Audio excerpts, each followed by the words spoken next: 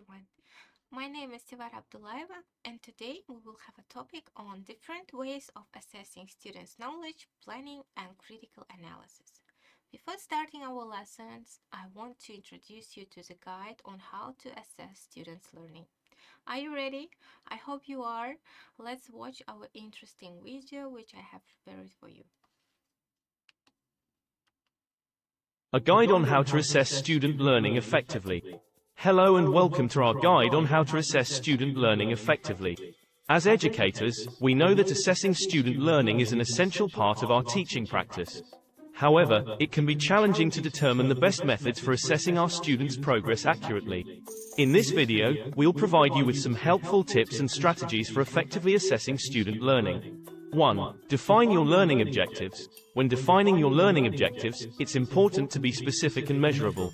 You want to make sure that you're assessing what your students are actually learning, rather than just evaluating their ability to memorize information. To create effective learning objectives, consider the following. What knowledge or skills do you want students to demonstrate? How will you know when students have achieved these objectives? Are your objectives aligned with your overall course goals?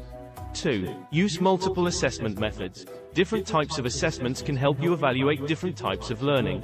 For example, multiple choice tests might be useful for assessing students' knowledge of facts and concepts, while essays and projects can help you evaluate their ability to apply these concepts in real-world situations. It's also important to consider the format of your assessments. For example, if you have students who struggle with test anxiety, you might consider incorporating more low-stakes assessments, such as quizzes or in-class activities, to help them build confidence and reduce stress. 3. Provide timely and specific feedback.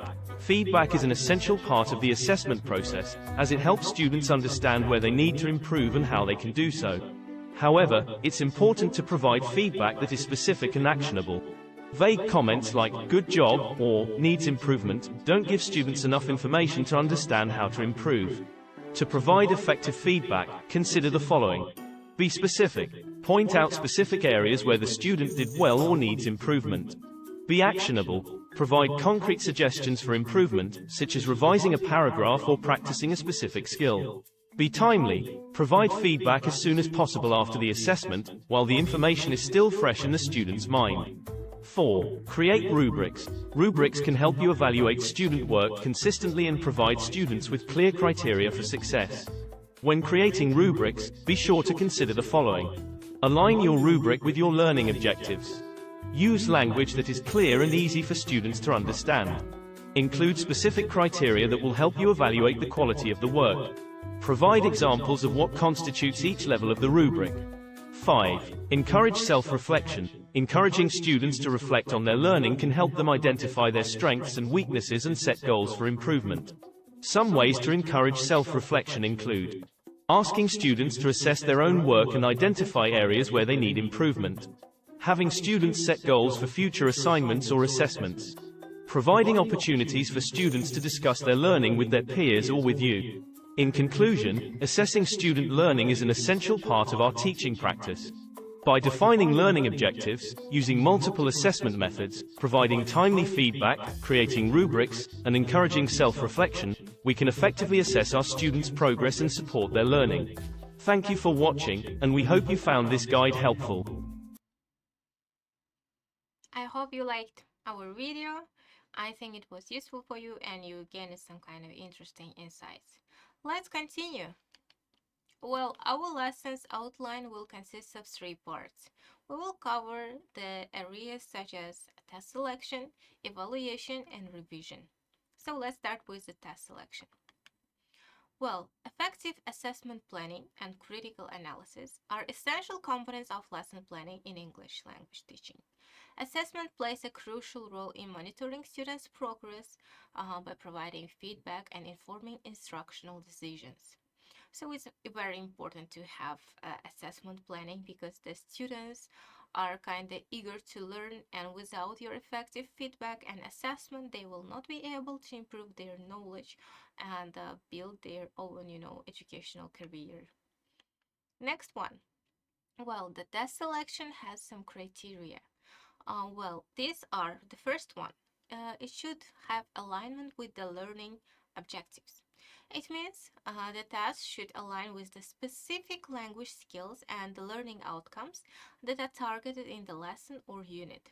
For example, if you have just learned how to do listening, it means your test assessment should be based mostly on listening.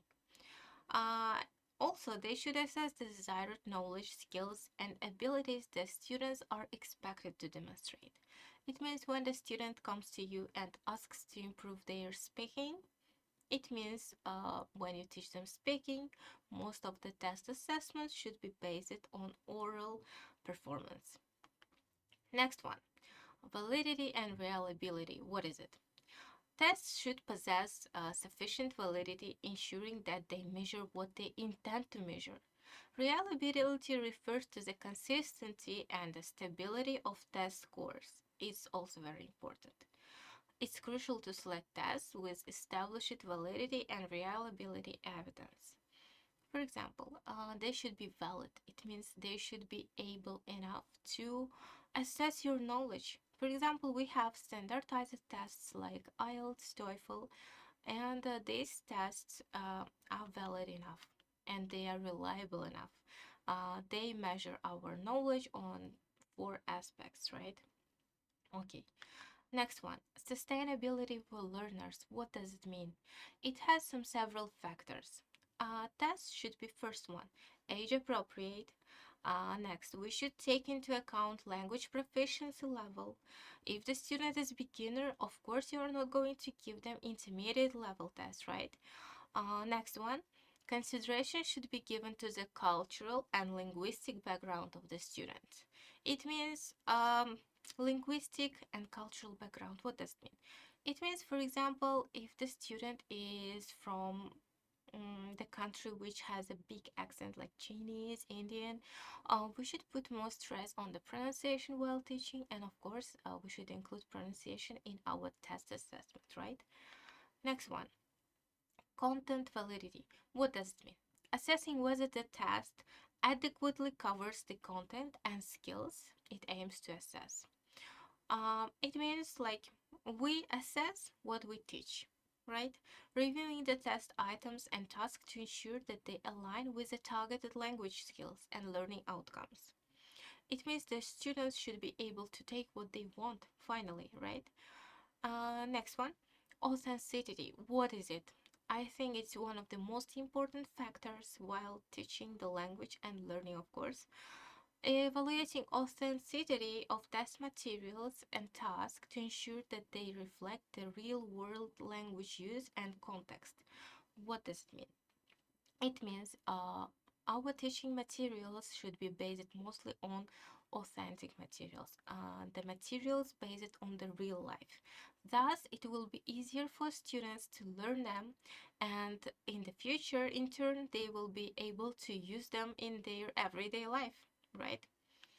Next one, reliability and fairness. We know what's fairness, right? Analyzing consistency and objectivity of test scores, as well as ensuring fairness in terms of equal opportunity and lack of bias. It means we forget about emotions, right? We don't have any favoritism among students. We are fair and reliable teachers, right? Next one is practicality. What does it mean, practicality? Assessing the feasibility and efficiency of test administration, scoring, and interpretations of some words, for example, and considering factors such as time constraints, resources, and ease of implementation. For example, if your lesson consists of 1 hour and 20 minutes, you cannot give them the test which lasts 4 hours, right? We should take into account the practicality. Okay, that's clear. Now we move to the test revision. What is a test revision? Well, test revision involves making necessary adjustments, it means changes, right? And improvements to enhance the quality and effectiveness of the assessment. Well, this process can include the following. First one, item analysis. What is item analysis? It's analyzing the performance of individual tests and items to identify problematic or ineffective items that may need revision or removal. For example, some tests may have some tasks which hinder students from learning progress. That's why we should take it into account. Next one, feedback analysis. We know what's feedback, right? Reviewing feedback from students, teachers, and other stakeholders to identify areas for improvement and gather insight into the test strengths and weaknesses. It means, for example, we can arrange anonymous survey after doing the tests and ask the students' opinion, what they think about the test, right? What kind of adjustments they could give them, what kind of positive feedback they have, and what kind of negative feedback they may have, right? Okay, next one. Review the scoring criteria. Ensuring the clarity and appropriateness of scoring criteria and rubrics, and making necessary revisions to enhance the consistency and reliability of scoring, right? It means all the scores should be reliable. Let me give you examples like an IELTS. If you have 40 correct answers, it means you take 9, right? It's reliable. But if you have 37 correct answers, you cannot take 9 from any aspects, right? Am I right? So this means review of scoring criteria. And then we have incorporation of feedback into future assessment. It means after gathering all the opinions of the students, we can incorporate the feedback into our future tests. We can apply lessons learned from the previous assessment to inform the design and development of the future assessments. Well, we understood that assessment, planning, and critical analysis are really essential and momentous for designing effective assessment in English language learning and teaching, of course.